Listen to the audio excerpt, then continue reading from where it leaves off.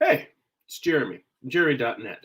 I am a comic book artist, writer, creator, self publisher, and I share my creative process here with you on the internet. If you would like to support this channel, get additional bonus live streams twice a month, be able to read my comic books for free online digitally, and tons more insight and access to my studio virtually, you can become a Patreon subscriber at patreon.com/Jeremy. It's patreon.com/GERIMI. For as little as $2 a month, you can get all access to my creative process. If you'd like to get a free digital sketchbook, get work in progress animated GIFs delivered right to your inbox, little blog posts about my creative process, books that I'm reading, movies that I'm watching, things that are inspiring me, what's going into my brain creatively and getting me charged, you can sign up for my monthly newsletter at newsletter.jeremy.net. It'll also let you know when I have new art prints or new comics, new creations released to the world for you to pick up. And if you would like to purchase physical copies of my comics, or if you read digitally on Kindle or Comixology, you can go to amazon.jeremy.net. Now, I'll forward you to my Amazon author page. You can pick up books like my first graphic novel, Eye of the Gods. This book is a psychological thriller about a man. He is cursed with visions he cannot control, hence all the eyeballs on the covers. I'm the artist and writer on this. It's a self-contained graphic novel. And you can also pick up my most recently completed project, Morningstar. It's Lucifer's Fall from Heaven, told as a Western. It's an 8-issue series. Volume 1 contains issues 1 through 4. Volume 2 contains issues 5 through 8. And if you want to get a closer look, a deeper look at this, if you go on the videos page on my channel, or if on the homepage, there should still be links there. And I have book flip-throughs for all of these books. You can just kind of flip through, see what's inside the books, check them out for yourself, see if it's something you want to pick up. Or if you've already read the books and you enjoy them, and you know other people who might enjoy them as well, please feel free to forward the videos to them. All right, let's see here. So, Happy New Year's, everybody. Hope your New Year's is off to a rousing start. Hope that you are doing well. Hope you are happy, healthy, safe. Byron's in the chat. Good to see you, Byron. Thanks for rolling in. Okay. I will tell you that I am a little bit groggy. I just woke up, was a little bit tired. And I was a little bit, I don't know. I wasn't even sure if I was going to talk about this, but I'm a little bit bummed out because my wife and I rescued a baby bird that was in front of our house. It was like freezing last night and was just curled up like underneath, like almost like under the awning. But I don't know if it fell out of its nest. It didn't seem like it was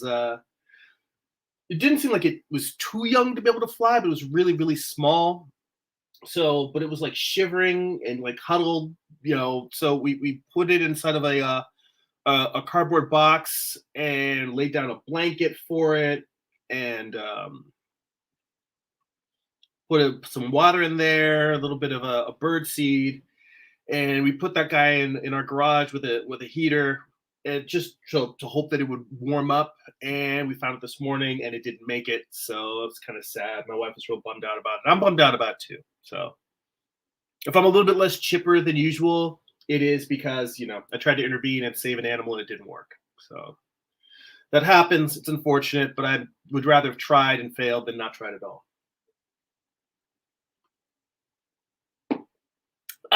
Amar's in the chat. Happy New Year to you. All right, guys. So where am I at? What am I working on? What am I doing? Well, we're going to have kind of a split live stream today in that I'm going to start on something I was working on last night, and then I'll go back to the Medusa pieces I was working on. I find that no matter what I'm doing, it ends up seeming like it's incredibly long projects. And so sometimes it's probably good to just take a break and switch pace and do other stuff. But now I've got 2 long projects I'm doing. I see Amar in the chat says, "Circle of life. At least you try. At least you tried." I appreciate that. Thank you. Let's see here. So the dragon painting that I've been working on, I wish I could remember who the artist was, because there were a couple of live streamers who I picked up this trick from in terms of traditional painting, and it makes common sense. But what we're looking at right here is the actual work in progress painting. So like I said, each one of these 4 panels is 18 by 24. So this is a pretty big painting. It's, you know, the largest, it's definitely the largest painting I've ever done. The only other piece of artwork I've done this size is a large drawing that I did that we have decorating the house. A large, I think I did it with charcoal pencil. It might have been graphite, but point is, you know, it's a large scale piece. And I remember seeing somebody, there's a German live streamer, great painter who I recently discovered. His name is Al something. But anyway, I think I remember seeing him working in progress. And I saw somebody else like within the same week who they mentioned when they work on traditional paintings that they will take photos of it work in progress to not just, it's not just a matter of doing comps in the beginning, but as you're working on it, you may get to certain points, you'll stop and say, well, what's wrong with the painting? And they'll go and make corrections digitally and have that. So like, and I found out that this is actually very, very helpful and it makes complete sense. It's not surprising me. It's a surprise I didn't think to do it sooner.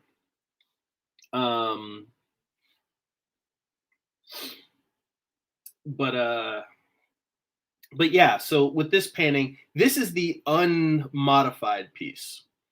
And all I'm doing is I'm looking at things. It's not that I'm trying to finish the painting at each stage because I already have, you know, traditional thumbnails. It's more like I'm looking at this and saying, what do I need to fix before moving forward? So for instance, let me put another layer on here just so I can circle some of the changes. So on the tail of the dragon, I have it kind of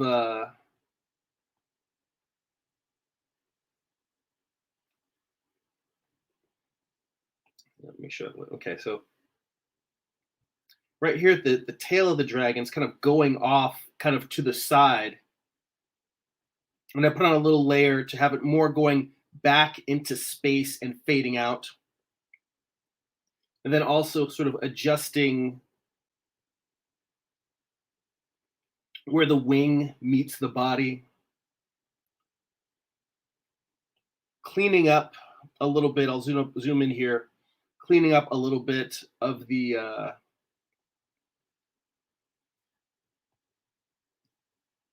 chest, the pec muscles, just trying to make them feel more like they are in, you know, they're parallel to each other. So, you know, just little adjustments here and there.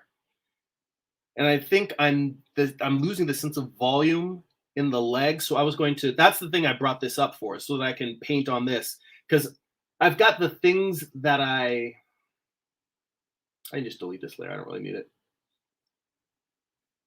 I'm just going through here and just looking at things that, you know, obviously I haven't painted the teeth yet, but I don't know whether I'm going to screw those up or not. So I'm going to leave that alone. It's just me coming in and looking at the stuff that I've already laid down that isn't quite right yet and just trying to tweak them.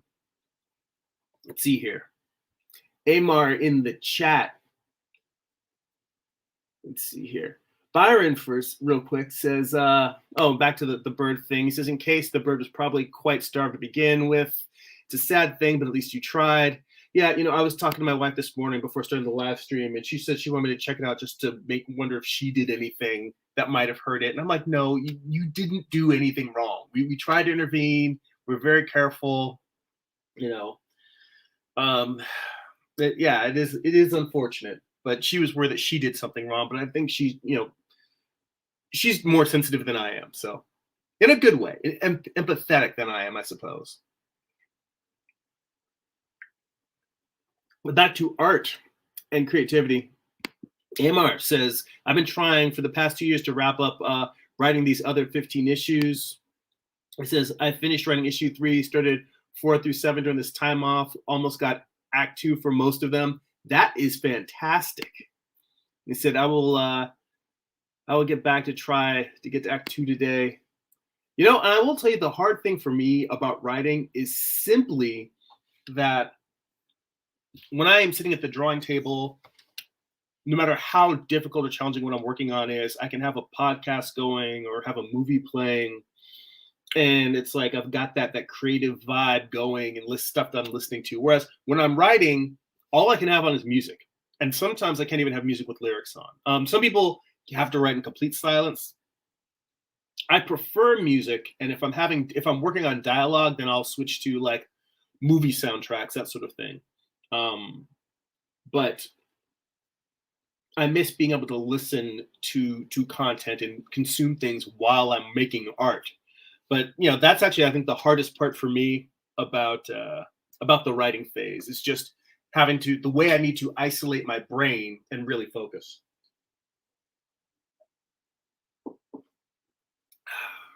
Let's see here.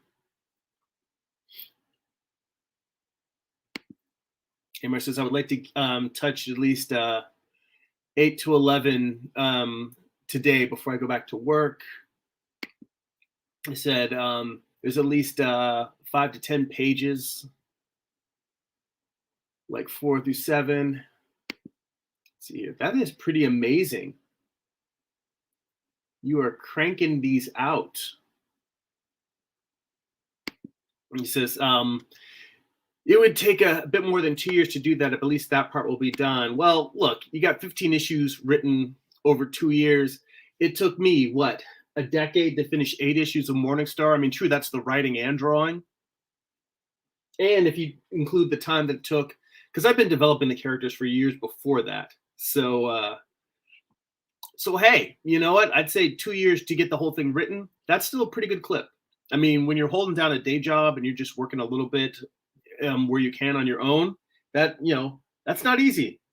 And I don't think a lot of people other than those of us who are in the active process of making something creative, whether it's a comic or a novel or an animation, it's hard. And I don't think people necessarily understand, like, when they're like, why is it taking you so long to finish your thing? It's like, it just, the creative process is, in fact, this is something I was telling my wife last night in terms of working on this painting, and that it's been such a long time since I did traditional work on such a large scale. But the hardest part for me is patience, because there's times when I'm working on this and you want to move forward faster. And I'll be just working on I'll be working on part of this painting, and I'm just looking at it, I'm just like, why can't I can see what's next. I can see where I'm going to start working on the teeth, places where I need to, for instance, I'm still refining the shape of the dragon's skull. And I feel like I want to get the body done first, because if I started with the dragon's skull first, who knows? I may think that I only have like a few more days to finish this painting, and I may end up spending a month just painting the dragon's skull. I hope that I don't, but it's very possible. But I think what's challenging for me is forcing myself to, as I'm going along, working on each phase of this, to really just not jump forward and simply fix whatever problems I see at each stage. It takes a lot of patience to do that. It's not frustrating, but I guess it's humbling. That's the word I'm looking for. Hey, see, Cassiel's in the chat. Hey, how you doing, man? Happy New Year. Says, I just woke up from my cave. Johnny's in the chat. Says, not staying, but happy 2022. Happy 22 to you too. Someone's gonna have to meme that somehow. Too many twos. But hey, Johnny, I hope you're having a hope 2022 is better for you than last year. Let's see here.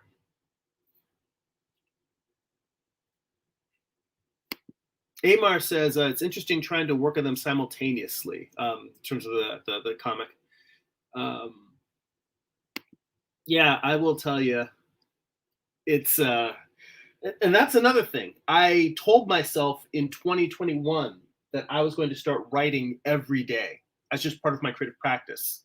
This was something we talked about last week in terms of goals. And that was a goal for last year that I failed, and I forgot to even mention that one. Um, and for me, it's not a dis, it's not, it's lack of time. I mean, I know that to in some degree I can view it as procrastinating in terms of writing. It's not that I don't want to write or I fear it. It's more that there are so many other things that I'm trying to get done, and I tend to be a person who completely immerses myself in just one thing.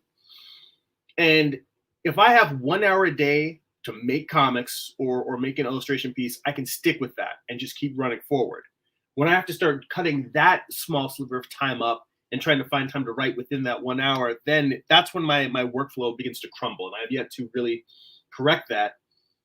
And the only other time that I have to possibly write is like maybe right before bed. I know a lot of people say get up an extra half hour early. I have my sleep schedule is one of the hardest things for me to deal with. So getting up early makes it worse. And I feel like writing right before going to bed will make it harder for me to go to sleep. That my problem in terms of sleep cycle and getting up early is that I tend to be a bit of an insomniac and stay up way too late.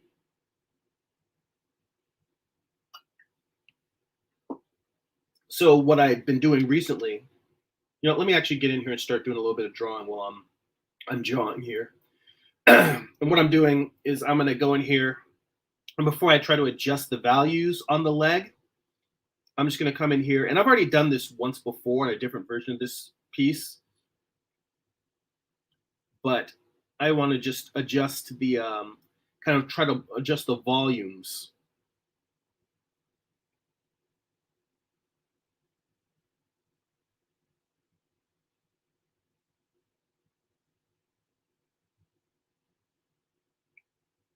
on the leg here. But what was I saying about sleep cycle? Um,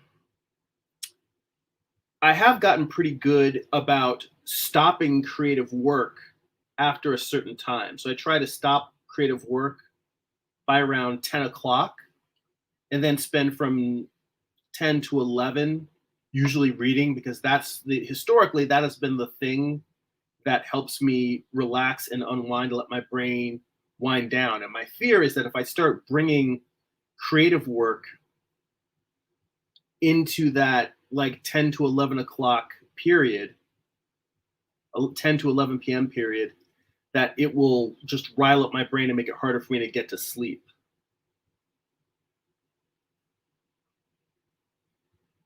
So, and I have in the past tried getting up at 5 in the morning to do creative work, and it doesn't last long. My brain really just starts spiraling out, and I can't. It throws everything else in my life off. I end up not working out, and that makes my sleep cycle irregular. It throws me. So, and yeah, maybe I'm just using excuses because I don't like getting up early, but that does not seem to be a method that really works for me. The get up way early and try to do work before my day gets started. Let's see here. Yeah, Byron says insomnia and bad sleep is something I can relate. Excuse me, that I can relate to. I think that's true of a lot of creatives. We tend to be kind of night owls. Well, I think it's an interesting split. Novelists and writers I talk to, they are the ones who I hear successfully do the whole get up an hour early and just write. That for people who are strictly writers, that process seems to work very well. But for people who draw, the insomnia is just brutal. I don't know. It's like that's when the doors of creativity just kind of open, and your brain just it's like you have access to that dream state while you're working.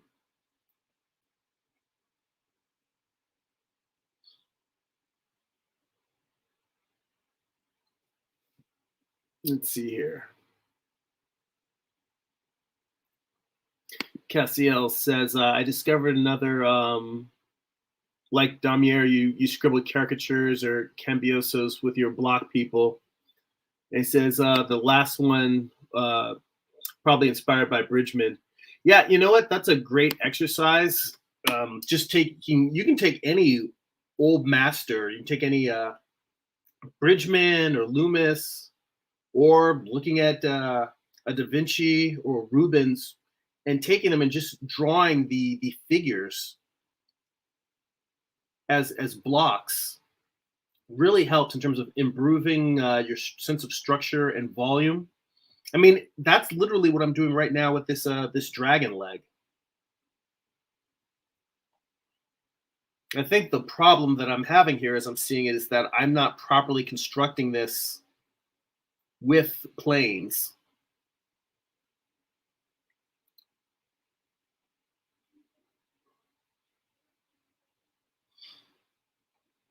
Because my bigger concern here is more of getting the lighting right. But if the planes feel wonky, then of course the lighting is going to be off.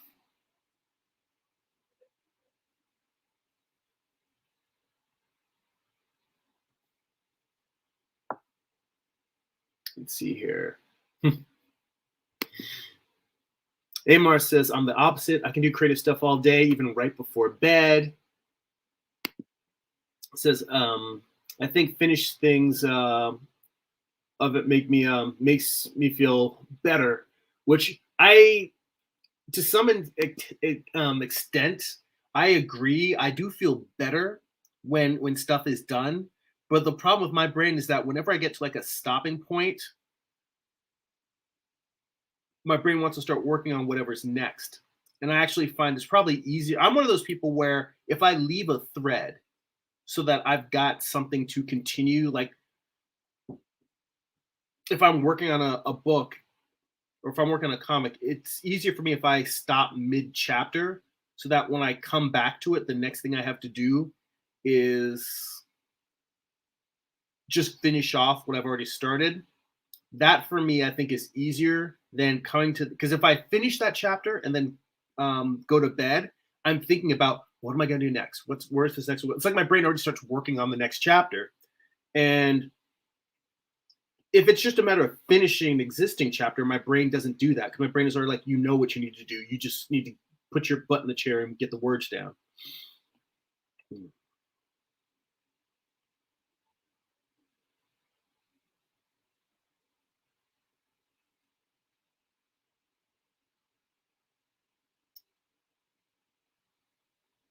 Yeah, I think for the most part, this painting is fairly coming along fairly decently.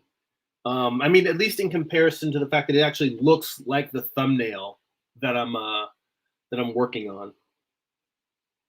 The main thing here really is just working out because I didn't get super detailed with the anatomy for the for this leg, and maybe that's another mistake that I made is not getting super detailed on the anatomy.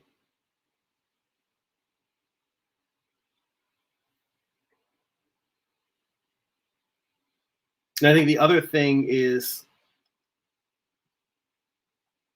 getting this these sense of planes while still keeping the areas that are in shadow or facing away from the light to have those still feeling like they've got direction and volume while also having a bit of a modulation in terms of there being direction and volume in the areas that are in the light. Let's see here. Cassiel said in the chat, he says, wait, you write? It's yeah, I write and draw my own comics. I don't just draw them, I write them. I do the whole thing. I'm from the Will Eisner school. You know, it's not one of those things where I think that there's a whole argument, what's more important, the art or the writing? And well, you know, generally most artists will say, look, comics is a visual medium. So if you don't have the artist, then all you have is just prose, or at best a screenplay. You know, um, I would say that the most important thing is the unification of the art and the writing. That's what makes comics comics. Because if you remove the writing, then you just have an art book. You know, you might as well just and you know you look at somebody like Brahm. Brahm for years created amazing illustrations, of, you know, paintings on his own. illustrating covers of other people's work, and then now recently he's been doing illustrated novels. So even he's unifying the writing and the art. So for me, I look at myself as, I think that if you got a great comic, the artist and the writer to me are equally important in that their collaboration is what makes the experience. My favorite comic creators tend to be writer artists or artist writers. You know, like Walt Simonson, Howard Chaykin, John Byrne, Frank Miller, all people who have drawn other people's comics and have written comics for other people. But they tend to be my favorites. Mike Mignola, you know.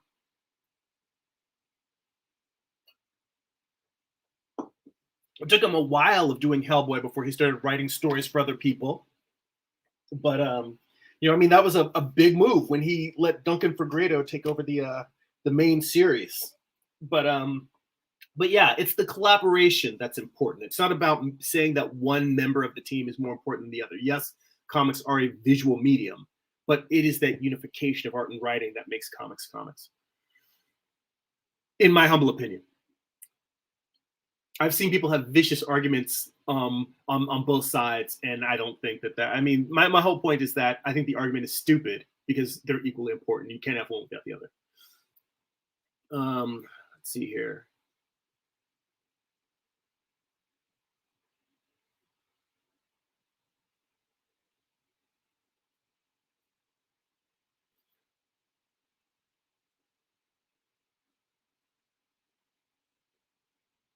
Let's see here. Cassiel says, I'm starting to write. I plan to write novels or screenplays. I'm studying theory now. Let's see. Amar says, I just started doing it, put it off for decades. Once I started doing it, I found more of the principles and fundamentals of it.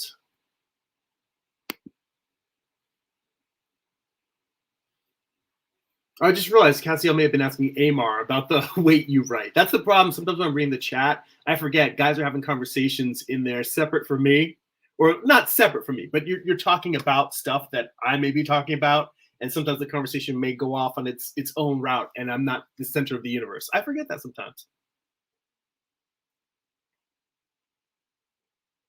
Let's see. Amar says, so the best thing is putting yourself in the situation of the characters and then writing your way out of it. And yes, I have to create my comics and other ideas for games and animation projects I would like to do.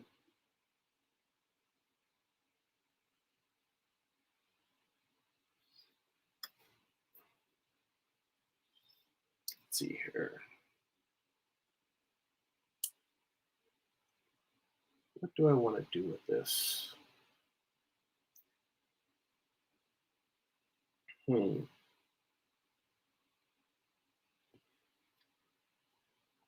This is where the perfectionists come out. I'm looking at this. I'm like, I'm just not happy. Like, I'm not happy with the direction this knee is facing. It just doesn't work for me.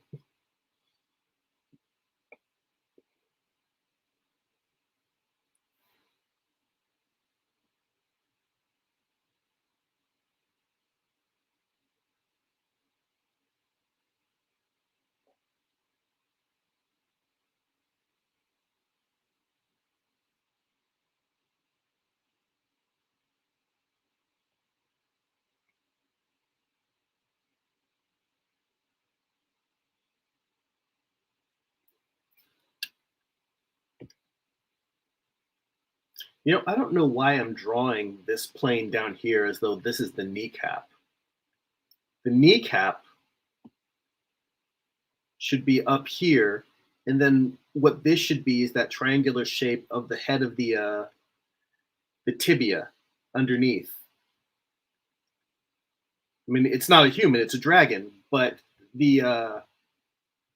I'm using the same anatomical analogs, and I think that that's maybe what I'm reading here is that while I've created an interesting shape for the leg, I haven't really fleshed out the anatomy of the leg. I was just sort of like, it's kind of kneecap shape-ish. It's kind of leg shape. It's kind of thigh shape-ish. And I think this is one of the most difficult things about both painting, but art in general, is when you want something to not stand out, but you still need to define it. Because I don't want the anatomy of this thigh to be so detailed that you're looking at it and you're like, wow, that's the most amazing dragon thigh I've ever seen. I really just want it to just kind of be there in the background. The focus really is going to be on the head, and then in contrast, the woman that's in silhouette in the foreground. But when you're doing something and you don't want it to jump out, you don't want it to really stand out. You want it to be more subtle. The challenge is going back in and trying to refine it so it feels solid and complete and has the planes that you want it to have, the muscles you want it to have, without making it feel over rendered. And that art of subtlety is difficult. It is, to me, it's very, very hard to walk that line. It's like when you draw something with everything with hard lines and then it feels stiff. I think that detail is kind of the same thing. Let's see here. In the chat, there's a long conversation going on about a story structure, and I feel like it's something that if you guys want me to comment on it, I can. But I feel like the conversation you guys are having is so deep, I would just interfere in it. I almost felt like it's better just let you guys keep rolling with that.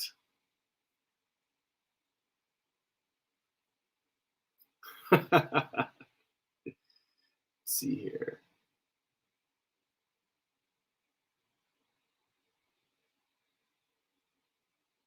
This is interesting.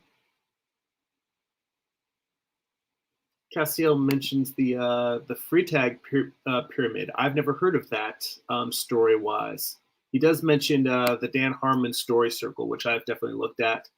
You know what's funny? I've had a copy of the audiobook for Save the Cat for years now. I just still haven't read it.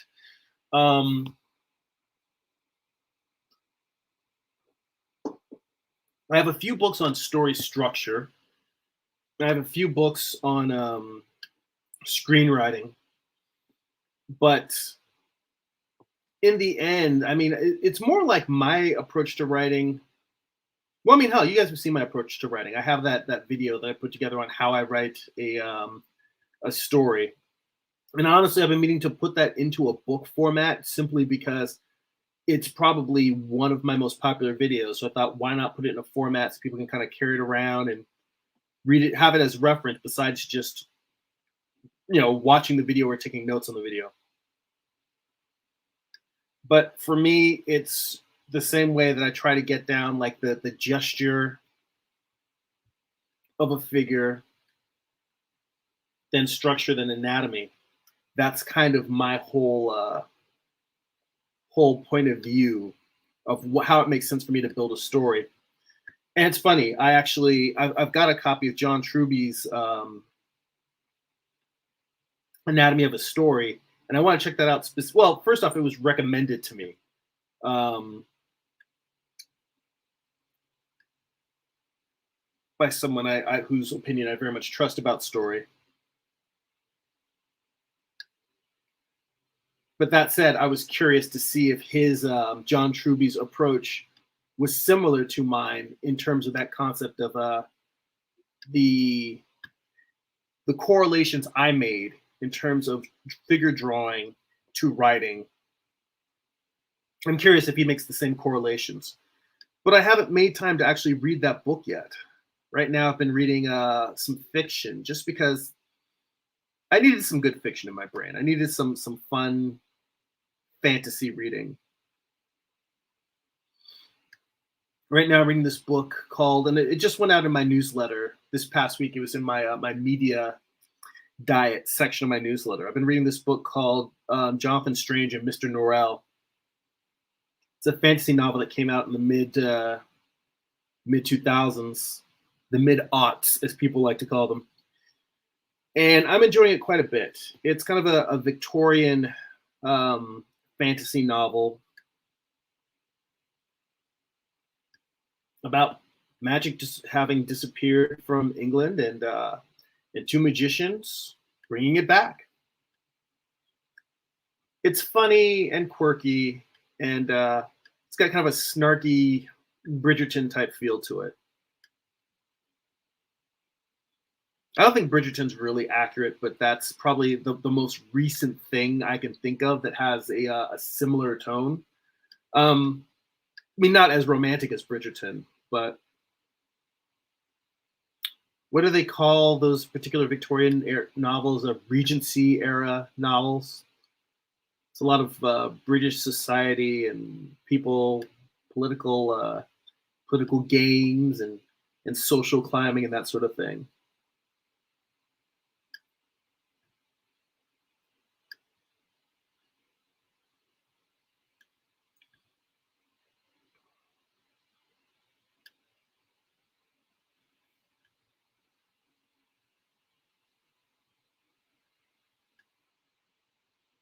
Hmm.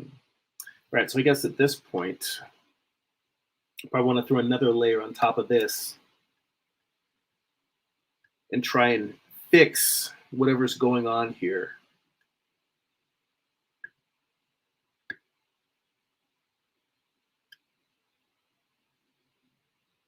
Just move the opacity to 100 and just.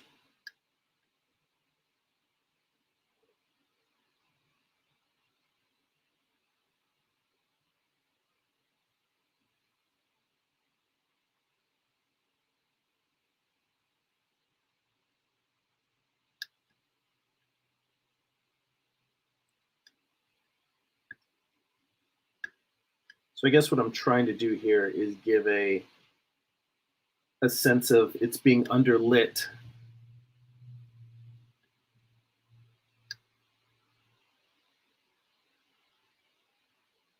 in both the shadow side and in the light side.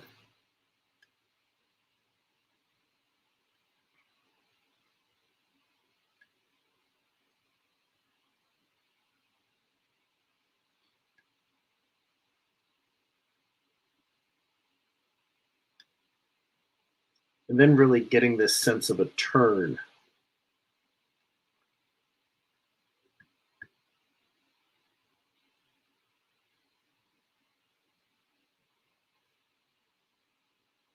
Let's see what's going on in the chat. Oh, let's see here. Oh, hey, my buddy Jesse Tovez in the chat. Jesse, happy New Year's, man. I see you dropped those copies of Morningstar in the mail for you. Good to see you. Hope you're doing well. Let's see here.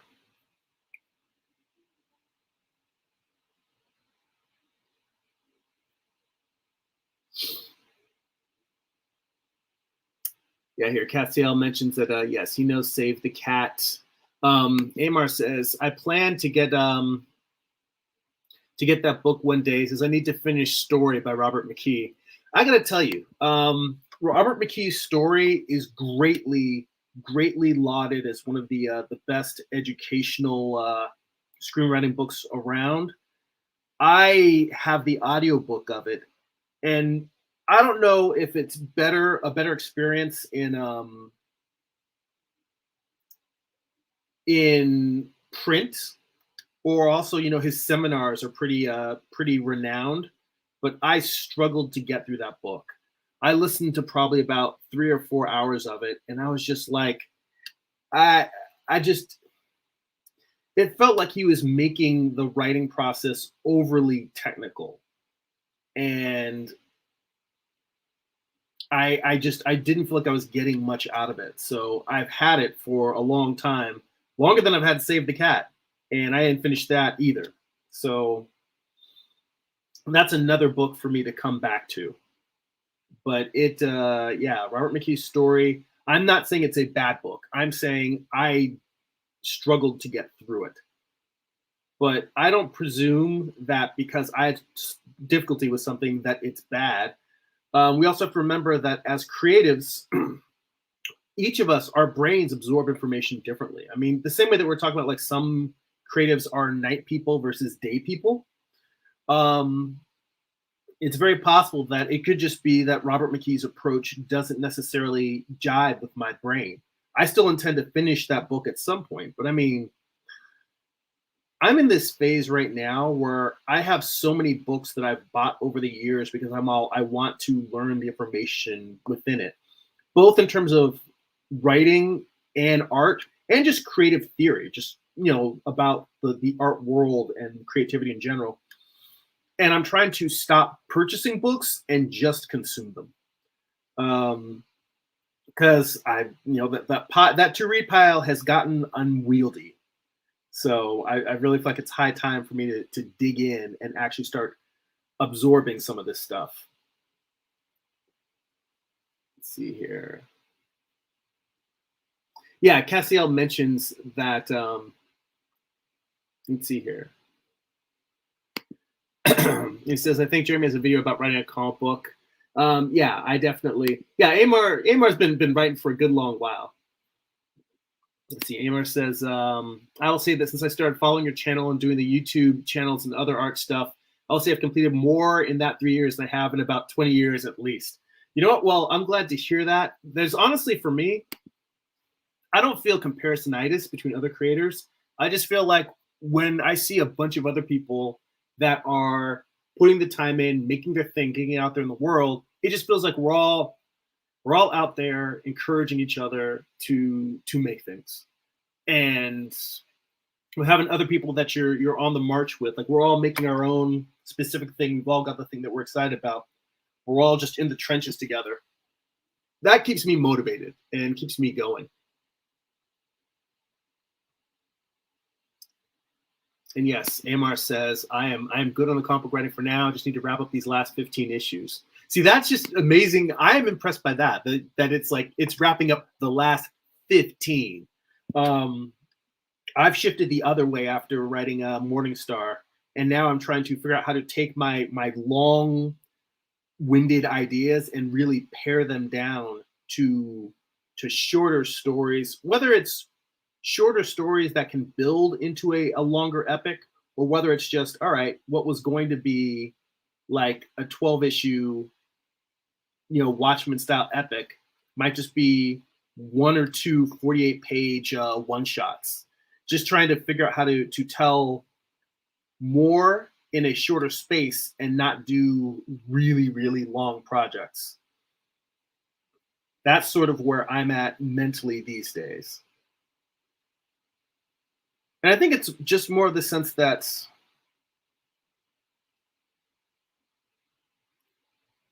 I guess, getting older, and I'm realizing I don't have as much time as I thought I would. I mean, knock on wood, I'm going to be happy and healthy and live a long, healthy, creative life. But I'm not going to have forever to tell a bunch of stories. So maybe I need to tell shorter versions of those stories. The bedtime story version of whatever my stories are. Let's see here.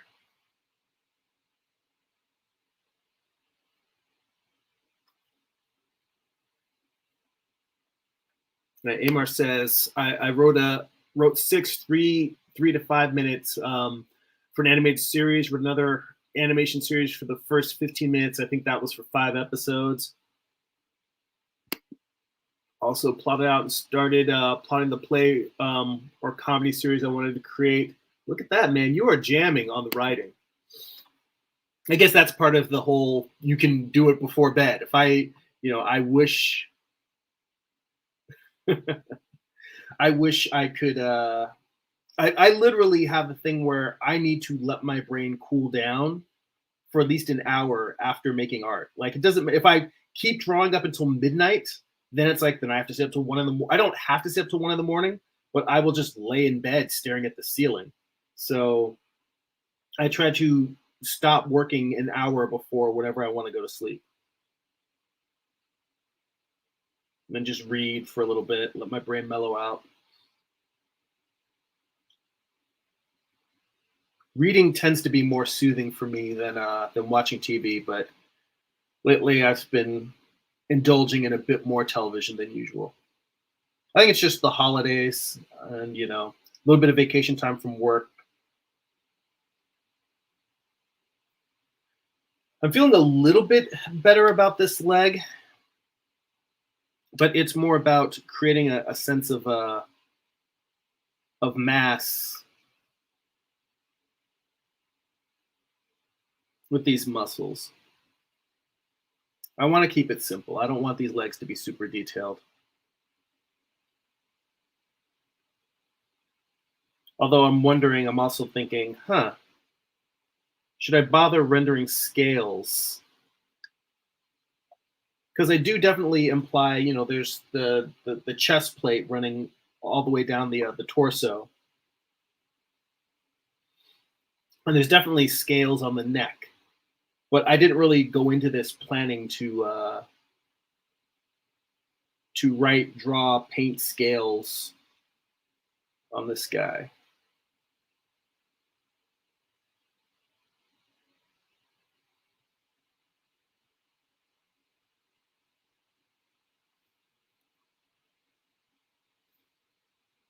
Let's see here.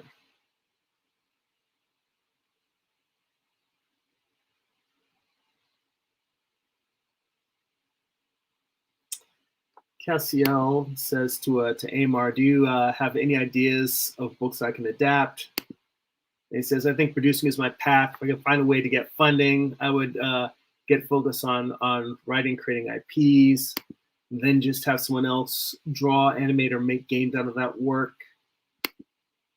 I should have taken at least 2 more weeks off. Then I would get so much more done. Yeah, I took off. He says, I feel like work has become a necessary distraction. He says, I'm pretty good at world building and idea generation. So if you have an idea, I can spend 1 session with you to plot that universe. All right. Sounds like a collab is happening there in the chat. You guys get down with your bad selves. I really thought that I was going to come in here today, draw this, work on this, just fix the leg on this dragon and be done with it, and then go back to the Medusa series.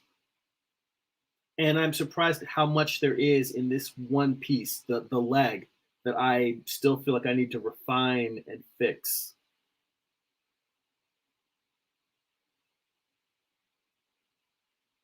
And this goes back to the recurring theme about perfectionism.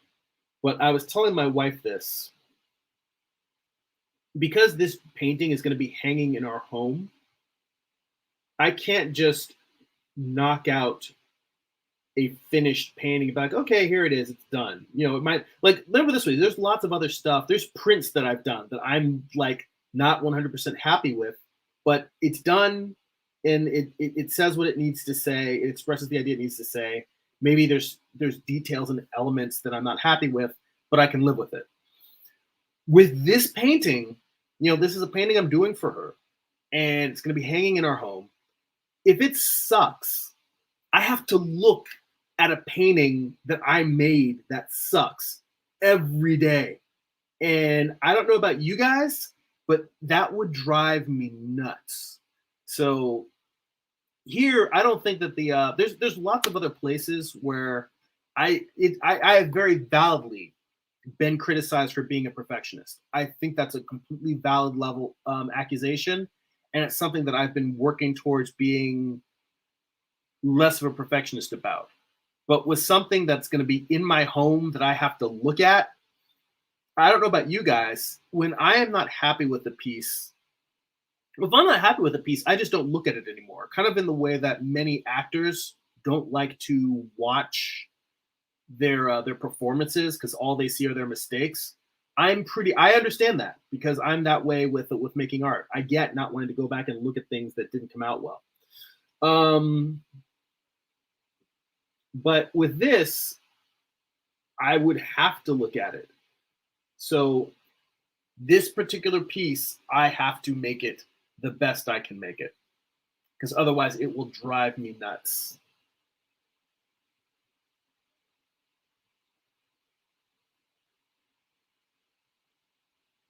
That reminds me of a joke.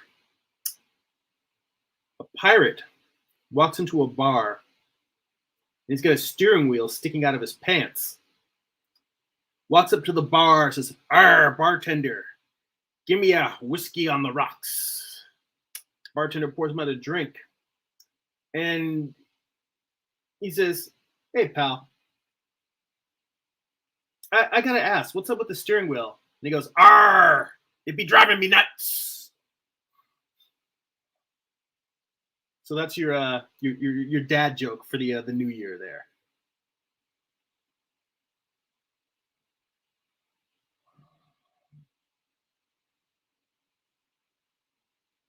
And people ask why I don't do comedy.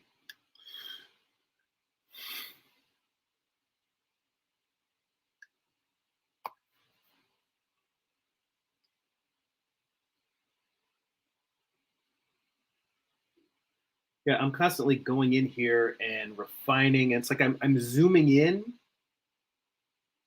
to clean up edges and try and really create a sense of volume and structure. But at the same time, I'm also kind of loosey. I don't want to say loosey goosey, but it's more that I'm trying to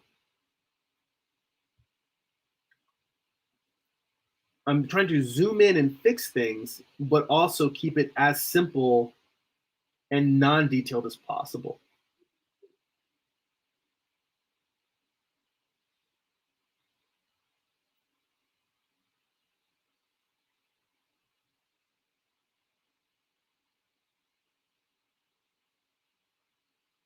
Let's see what happens if I put this light on the outside here. Like he's almost got a little bit of a rim light.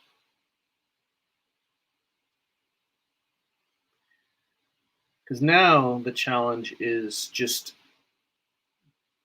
getting the values to indicate the planes that I want it to indicate. Using light and dark to indicate forms turning towards or away.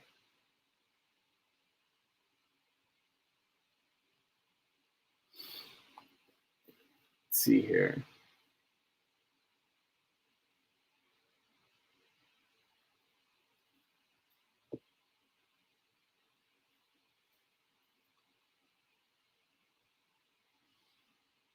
Amar is kicking out some great tips there. Let me just pick out a gem.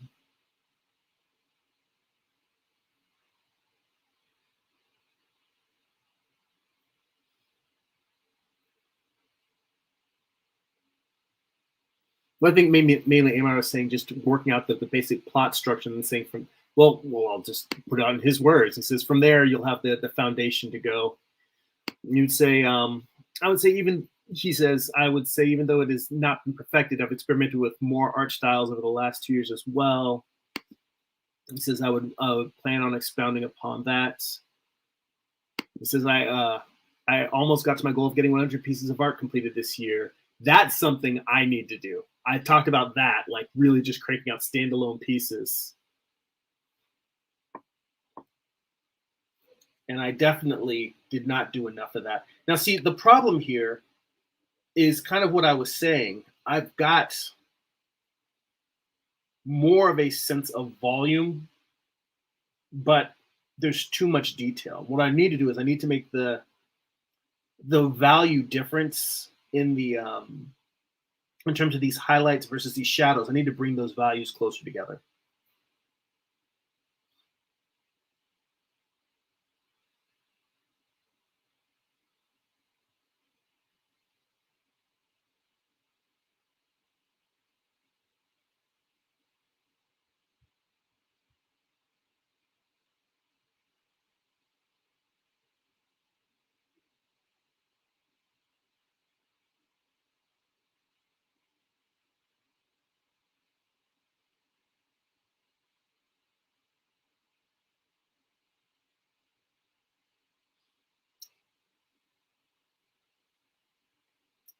So let's see what happens if I actually let let me just go back to this darker value and drop the opacity.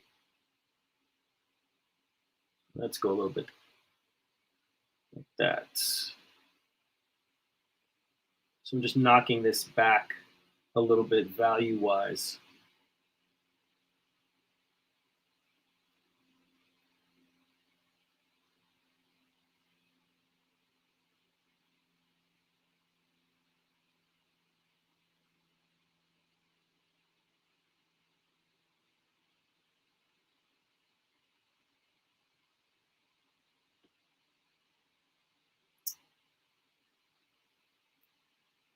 Now, see, that's the challenge. I think that they're closer to what I want value-wise, but I think I maybe want the thigh to be lighter. I'll just lasso it and just kind of go in hue saturation a little bit.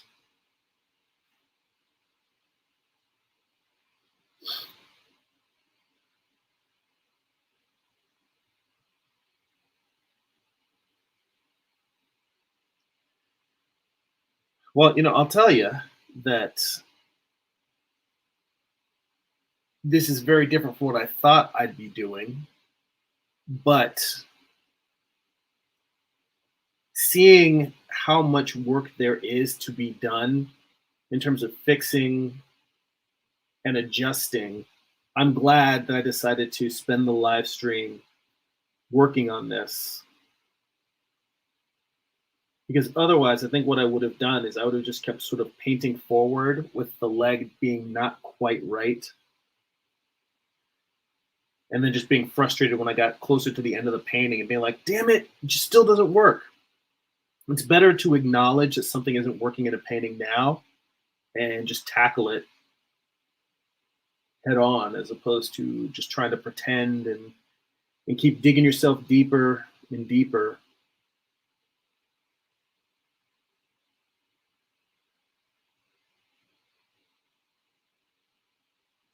So you get to the point where you're just frustrated that the thing ain't working.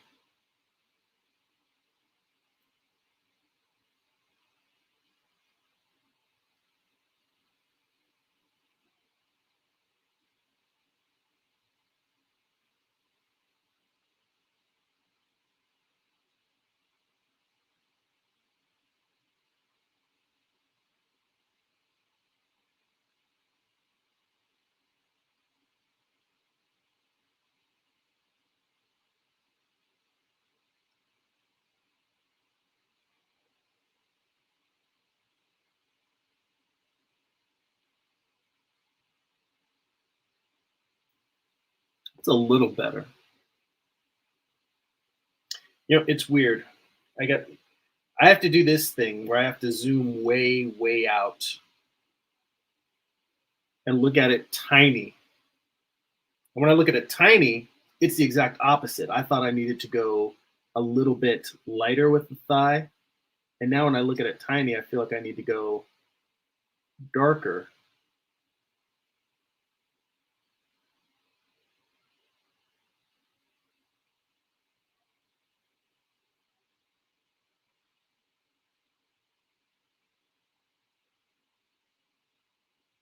But I think that the real balance here is that I want there to be enough of a difference between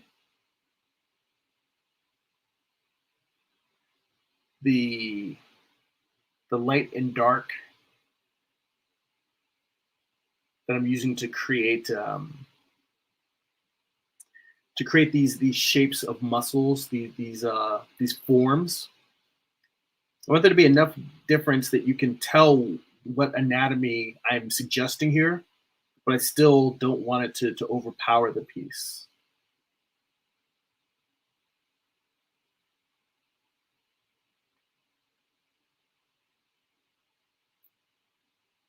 So the tightrope continues.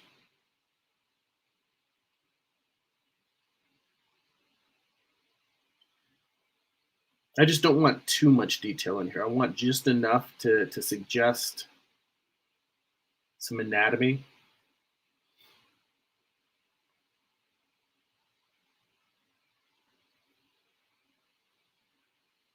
And I think I didn't put enough in it all before, and now it's getting real close to too much.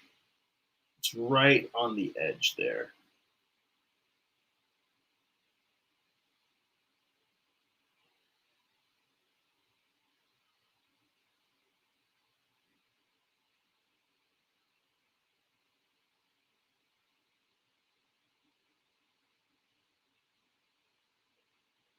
Okay, so we're pretty much at an hour here.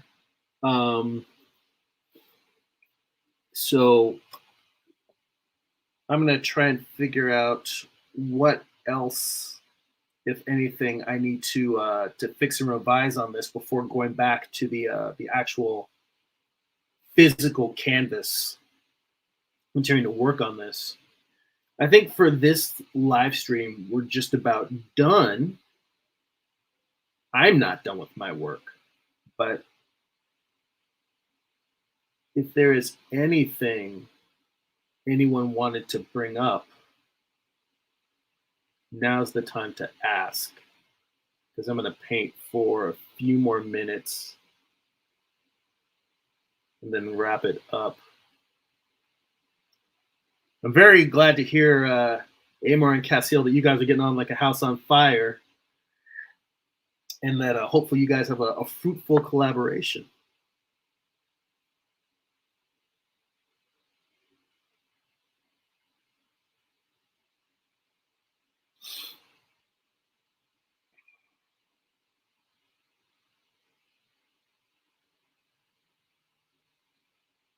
Go to this layer underneath and erase a little bit of this red because it's kind of distracting.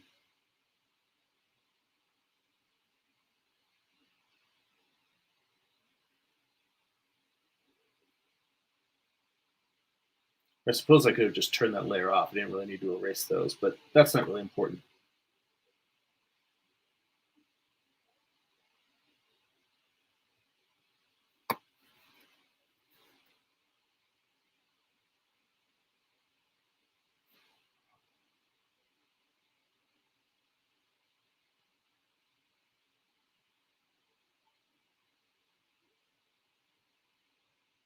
Yeah, this feels better. It's not perfect, but what is?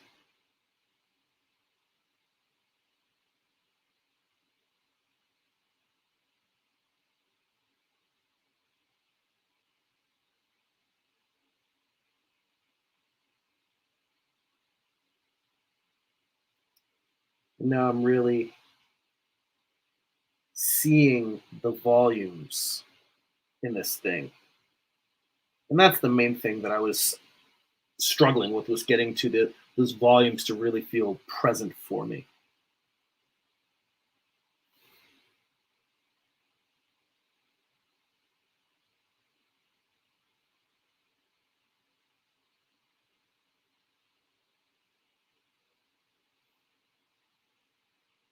Let's see here.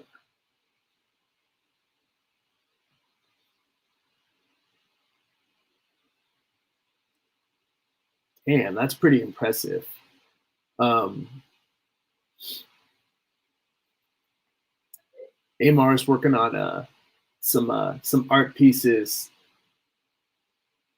Said that once I do 69 others, he'll give me a total of 690 for a total of 1,000 owl pieces that he's doing. He said then I have to finish up the 200 art styles. I started a collection. He says I maybe only got through 10 or 20 art styles, so that art collection will be over 200 items. He says I have almost 40 pieces so far on that as well. That is incredibly impressive.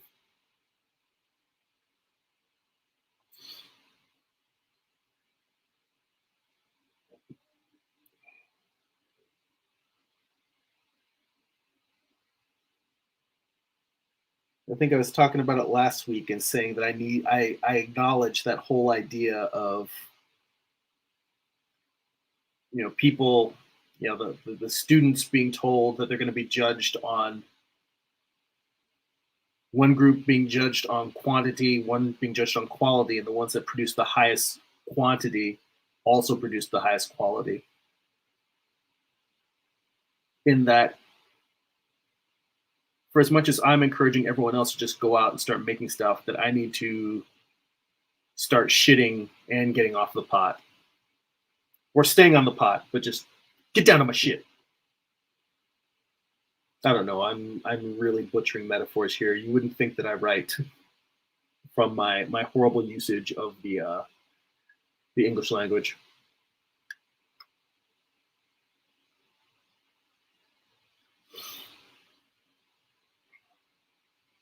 Of course, that's one of the things that I need to get more back to.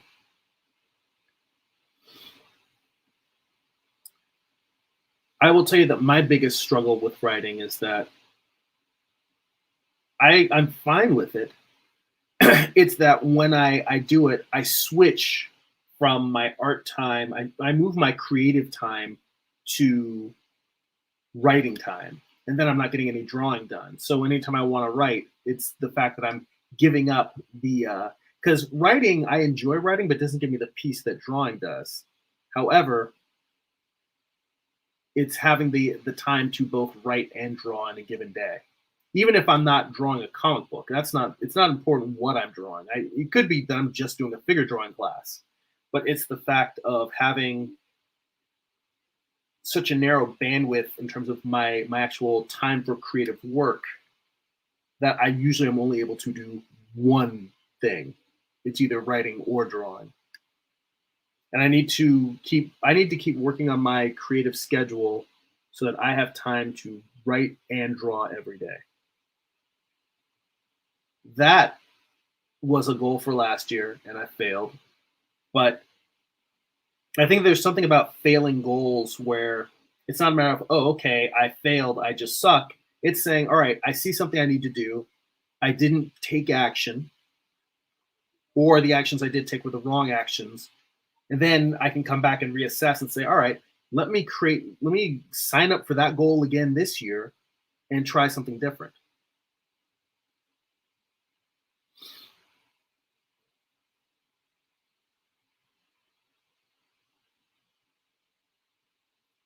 So we shall see.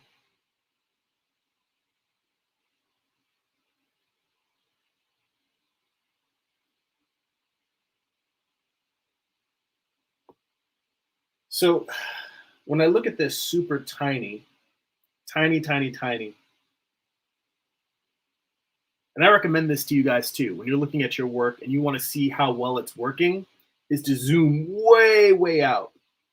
When I look at it tiny, it seems to be working. It's just a little bit too light in the upper areas of the thigh. Let me see what happens if I bring in a little bit of the tone that's on the body on a low opacity. Just throw another layer on top there so I don't have to do the opacity up a little bit, bring my brush size up a little bit, and just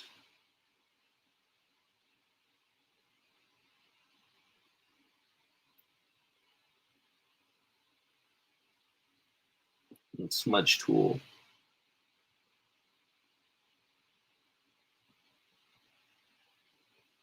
Just a little bit darker at the top. That works a little bit better for me.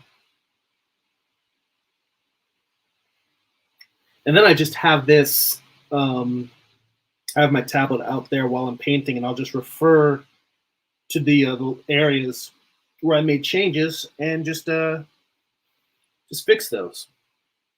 Yeah, just fix them, fix them, fix them.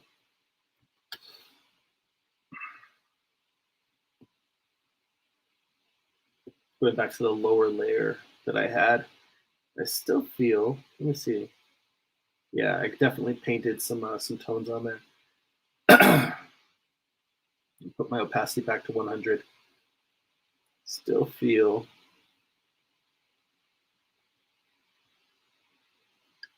like the chest muscles could be a little bit more smoothed out.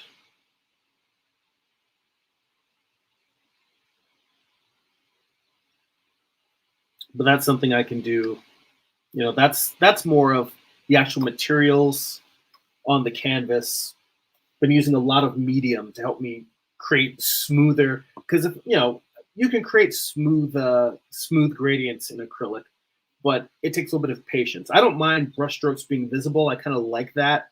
You can see the work of the brush in the paint, but I do just want to smooth up the transition enough that it feels like a solid plate of, I guess, scales, abs, what have you. Not sure.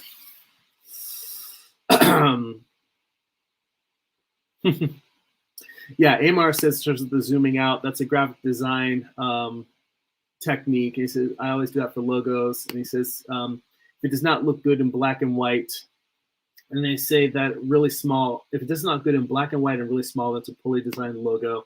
Stepping back is always a good thing, even digitally. Amar says, BRB. Yeah, that's actually something I don't really need to do it in here. But, I started by doing a ton of black and white thumbnails before even moving to color. And even working digitally, that's something, well, yeah, I'll show you. I think I've shown you guys this before. In Procreate, I'll just go and it doesn't really matter whether I use black or white, but I'll just fill a layer above and move to, what is it? Saturation. And that just, the last three things, saturation, color, and luminosity, well, not luminosity, but color and saturation, hue looks kind of cool. But yeah, color and saturation will just convert a color piece to black and white. And now that I'm looking at this, I think I see why the transition that I had in the chest below was a little bit rough, because I'm trying to transition from a rather smooth, like going from light to dark, to once you have it turning away from the light, how you've got sort of an edge of light on the stomach plates.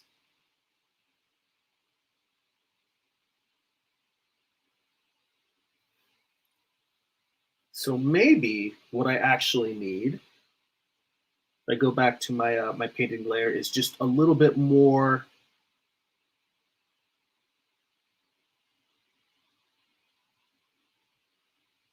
right under here, a little bit more darkness. That might be what I need. Just a little bit more, not a ton.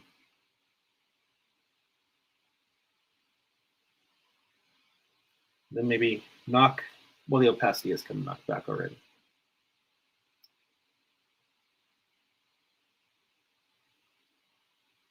So maybe make this feel a little bit more like the plane above, not the plane, but the set of plates of pec muscles above it.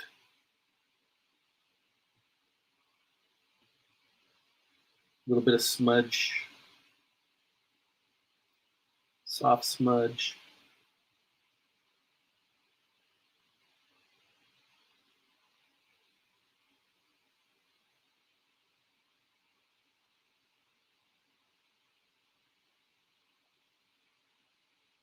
Went a little too much with the smudge. Let's see what happens if I erase out a little bit right here in the middle.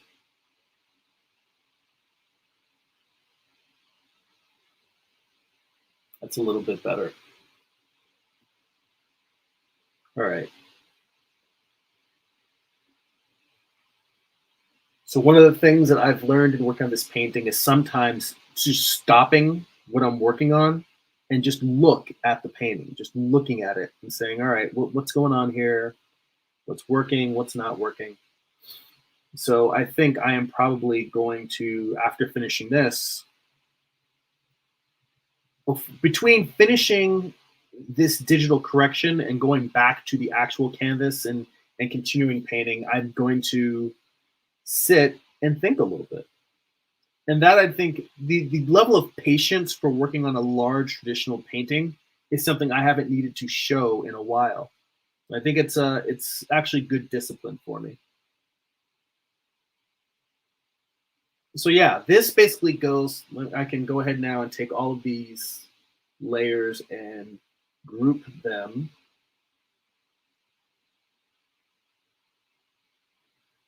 And comparing this with what I had before,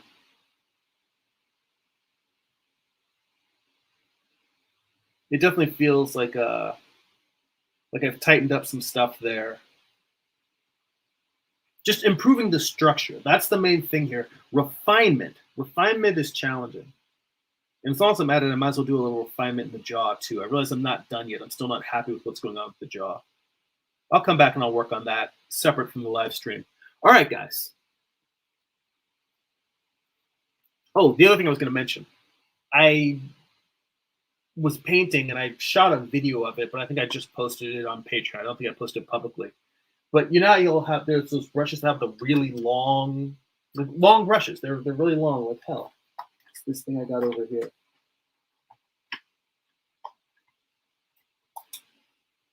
Like, you know, this isn't a super long brush, but it's pretty long wise. Like, I'm holding it out here. You can see like how far across, like wider than how far much longer from my face it is. One of the things I found when I was painting is that if I'm holding the brush, it takes more control and it takes practice. But if I'm holding the brush, normally we hold it, you know, the whole artist grip versus the painter's drawing grip, figure drawing grip. Even if you're painting like this and you're using the figure drawing grip, we're usually kind of holding the brush somewhere in the middle or closer to the top so that we can have more control. But I found, and this is one of those things where once you do it, you realize why the tools are built the way they are, because they're intended to be used this way, and I've been using them wrong. But I found that by holding the brush at the very end and then painting with my arm outstretched, I'm like this. And it's sort of like I'm painting and while I'm stepping back at the same time. And that's what's really crazy, is to be able to be working on it. It's almost like if you're working on a digital painting, but you're working on it zoomed out. So it's like I'm working on it, I'm looking at it, I'm seeing the effect the brushes are having. And yes, I still need to step back and go to the other side of the room and look at it.